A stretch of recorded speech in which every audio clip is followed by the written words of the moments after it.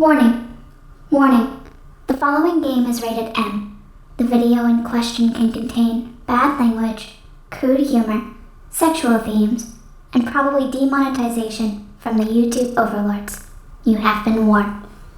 Well, looks like we finally made it to the end of the year that is 2020. And while at points it may have seemed like absolute shit, there was some good things that came out of this year. And while it may have been stressful, we got through it all. Now let's hope this year doesn't suck.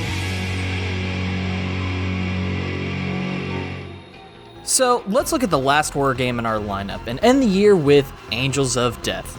This is a Japanese horror adventure game by, Hoshikazu Kern. Look at it. What is it? For computers using the RPG Maker VX, same one used for games like IB. And while originally released as freeware via Den Fami Nico Game Magazine, it soon found itself on Steam in December 2016. I actually didn't find out about this series until late one night in 2018. Me and my roommate Andre decided to look up a random anime to watch and found this series. It wasn't until my thumbnail artist, Lady Loxier, got into it did we find out that it had a game, and then later a prequel sequel that came out for this game, and a manga that was released for both. And thanks to Lady Loxier, I was actually able to play this game on the Switch, which is the version I'll be looking at for this review, which can run you up to $15 if it's not on sale. But you can still find the game on Steam for $10 and bundle the prequel sequel for $17, which I guess if you're gonna get this, probably should get it on Steam, but I'm getting ahead of myself. Let's see if this game is worth the price of admission. Since this game is very heavy on story, if you have any interest in it, you should play the game now or watch the anime. So I will cover the story briefly without giving too much away. Once again, thank you to Lady Loxier, or I wouldn't have a way to... Wait, how did you... Is my security that bad that any of my friends can just come in here? Between Andre killing the lights and forcing his way in, Boonsy breaking and entering through the ventilation, which I apparently have to take care of a rat problem, and you can just walk in like it's no one's business? I'm sorry, I can go. Wait, I'm sorry. What can I do for you? I thought I could join you for this one. I mean, it's the last video of the year, and you were nice enough to let me borrow the game. Yeah, why not? Let's go ahead and be sacrifices. With Angels of Death.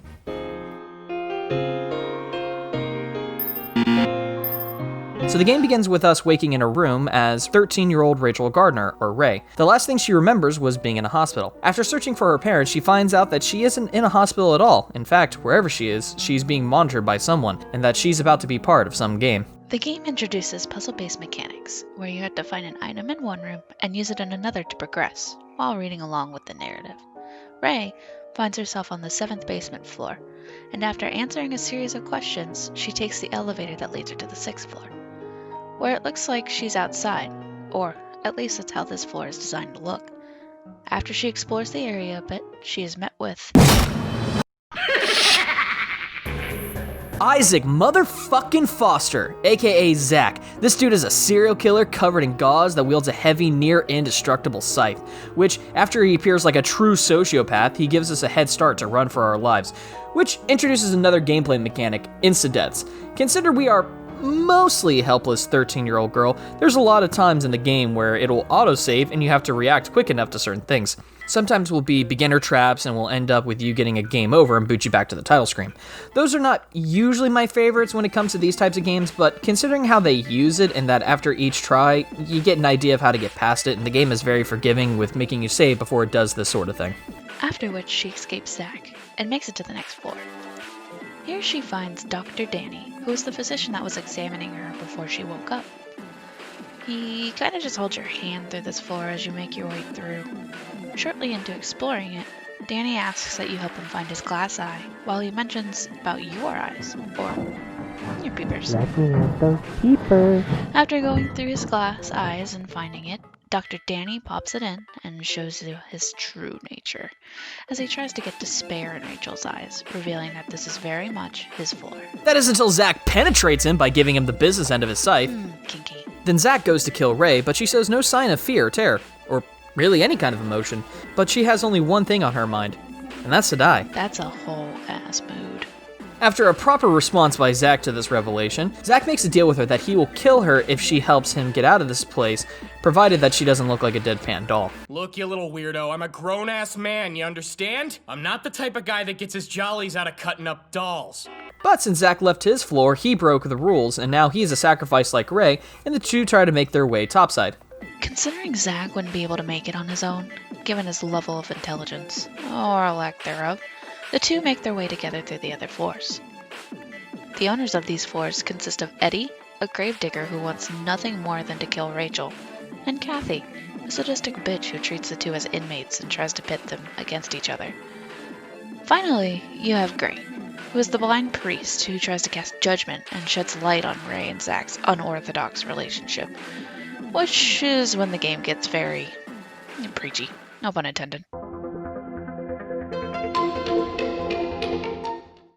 Honestly, that's all we can really get into when it comes to the story. If we went into much more detail, it would ruin half the fun of this game, as well as the twist of the final floor. That being said, the game does get pretty dark at times with some themes. Yeah, no shit. Considering Ray's whole motif is wanting to die and have Zack murder her, then Zack being a genuine psychopathic murderer, in fact, most of this game has those dark themes. You know what, that's fair. Well, what did you think of the game? I enjoyed the game a lot. I mainly watched the anime first, so the storyline was no surprise to me. What did pleasantly surprise me was the similar characteristics it had to games like Eve or Misao, which were indie horror games I really enjoyed playing in middle and high school. Though Angels of Death was a bit more challenging. I got stuck playing that segment where you run from Zack at least 40 times. Hug those corners, people. Anyway, what about you? To be honest, I almost wish I went into this game more blind, because the anime is pretty faithful retelling of the story, and some of the puzzles were in the story, so I knew some of the solutions going in. But other than that, some of the puzzles and the writing was still a fun time overall. Even the music kicked ass in certain segments, as well as adding an extra sense of dread or uneasiness. Gameplay-wise, you're moving along like an RPG. But like Eve, there are no battles, and most of the game is you responding to traps, running from insta-kills, or some basic puzzles. The driving point is the story between Zack and Ray, which is very interesting without giving anything away. Their relationship is mutual, and they both need something from each other. And they're both pretty selfish with what they want. This game won't take you long to finish, and can finish it in about a few sessions, but like Ib, the game is kinda one and done, and unfortunately with that, I could easily recommend getting this on Steam and not paying more than $10 for it, or if you want to just enjoy the story, you could watch the anime. The dub is just as good as the sub, which is rare to see, but it just goes to show how interesting the story really is, especially if you're experiencing the story more than 2 times. I know you're not throwing shade at me, are you? No. I'm just saying, if you were to enjoy it for both the sub and the dub, with how well the writing was written for both. Better be motherfucker.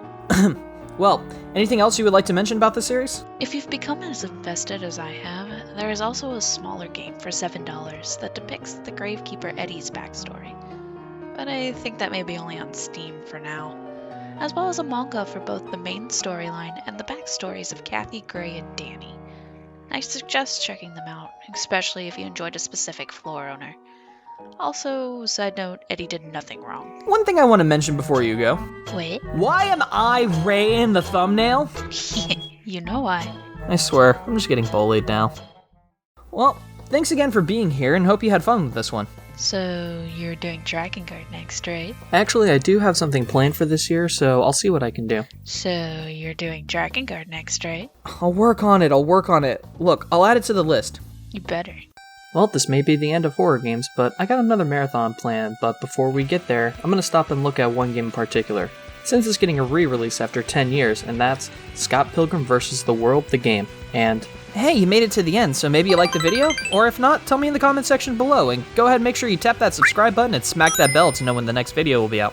Once again, thank you so much for watching, and I hope to see you again real soon.